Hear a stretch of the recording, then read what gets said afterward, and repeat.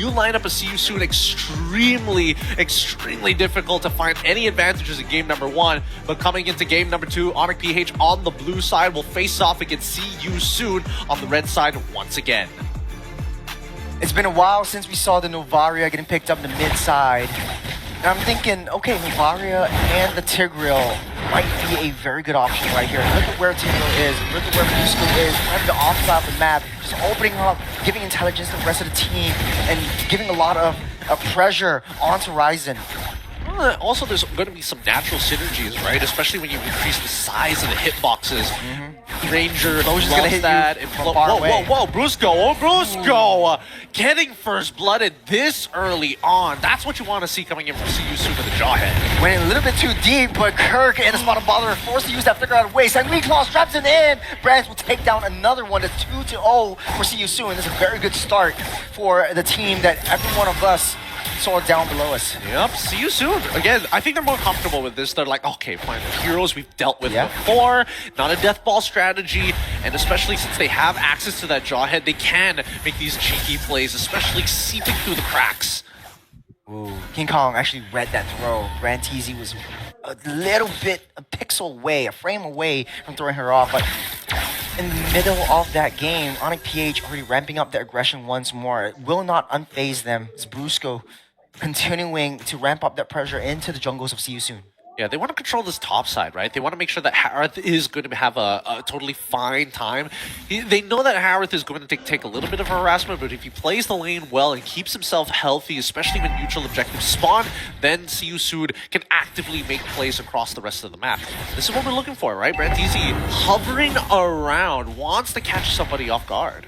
Yeah, does look like See You Soon is slightly ahead of Onic PH. This turtle, if Onic PH wants to be able to contest with this one, will be a little bit tough. The throw back onto Brusco, tries to go into the split, try to get enough time for See You Soon, but the rhythm of Troy coming in from King Kong, playing his song and taking everyone down with him. Luffy getting caught up by Brusco, by Kirk.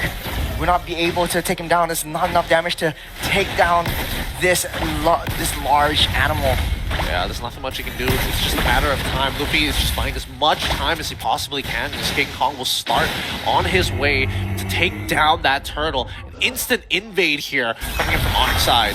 The aggression coming in from Onic, that is a very signature play from him. Brusco a little bit too deep underneath that turret. We'll take that L, but Onic PH still up ahead in terms of that gold lead and that kill from that turtle dance. Well, as they continue to move forward here, See You Soon, they don't lose too much off of this, right? It's 3 minutes into the game. It's not that big of a deal. The only difference being that King Kong does have that level lead over Ryzen on this Suyo.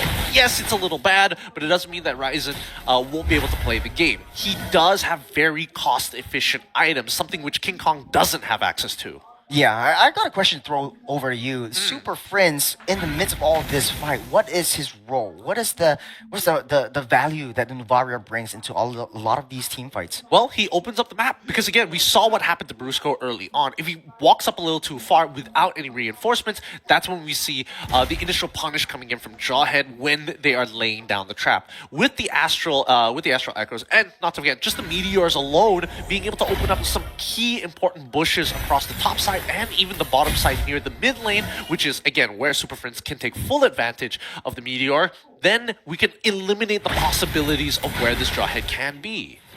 It's all about a vision game coming in. Brusco has eyes on him. Yeah. Branteezy getting locked down by Implosion. He's locked out, stunned up, knocked up, able to walk out alive, but not long before King Kong takes him down with the Rhythm of Joy.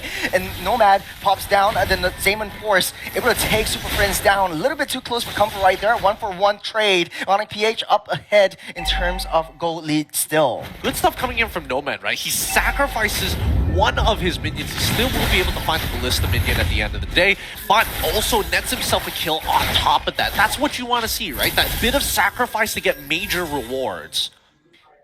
It's a little bit more slow pace than I would like for Onic PH, but I think See You Soon is sort of adapted to Onic PH's playstyles. Instead of being reactive, they play a little bit more proactive in a way that Branteezy trying to seek out a little bit more of the open enemies that they can basically just pick off from their entire team. Now, Turtle getting that reset. No one's dancing around that Turtle, but does look like Onic PH is in a better spot to contest for it.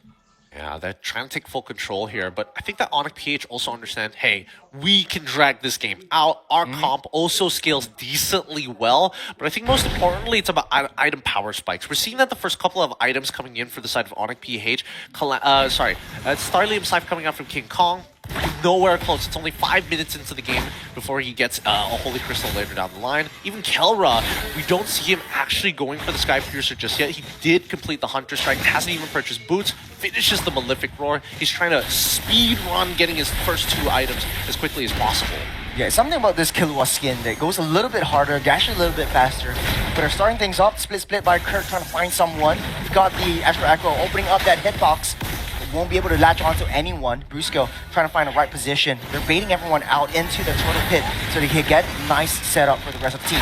Well, they're going in pretty deep here. The full team and Grant's easy jumping towards Kirk's side. Kirk flickers away, so that's totally fine with Brusco. He wants people to kind of stand a little closer together. A missed flicker right there. A little bit more premature. Brusco getting implosion up on one member. The rest of Onic PH trying to do as much damage as they can. Turtle still strong and healthy as Lippy staying a little bit too long into the deeps of the depths.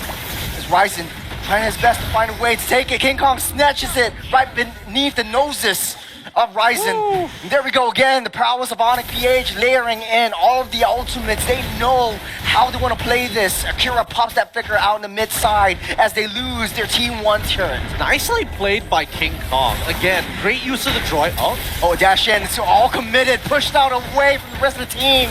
There we go. Brands goes down again. Great timing coming in from Super Prince, right? He found the frame which he could flicker away as the as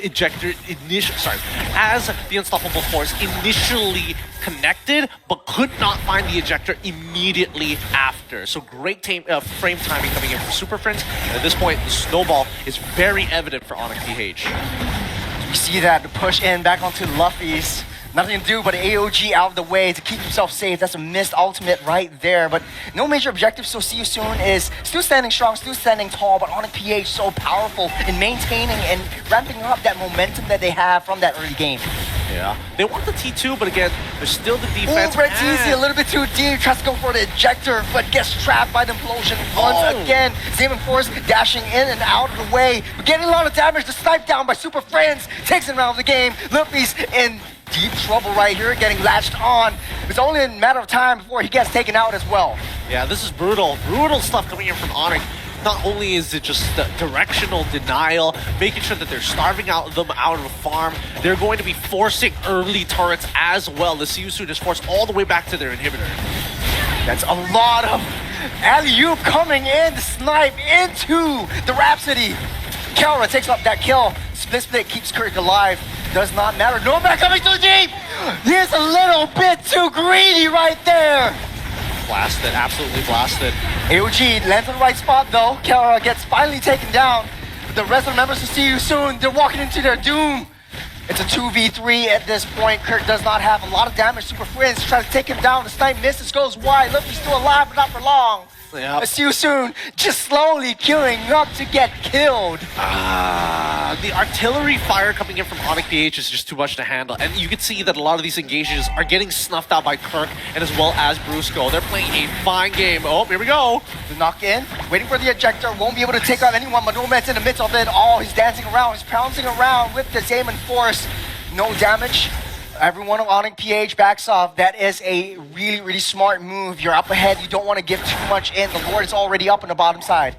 Boot difference. The tenacity is so good. It gives you that frame that you need to kind of space yourself out away from Brantizi after the Unstoppable Force to not give him the follow-up ejector. Even so, some key items are being built. Holy cow. 3K difference between the junglers here with the Holy Crystal already completed.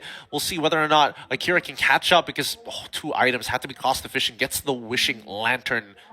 This is gonna be rough here. 8K goalie, 9 minutes into the game. Top side King Kong 1v1 to Rise and takes him down the rhythm. Getting thrown back. Oh, he misses the iframes. The frame dash remove.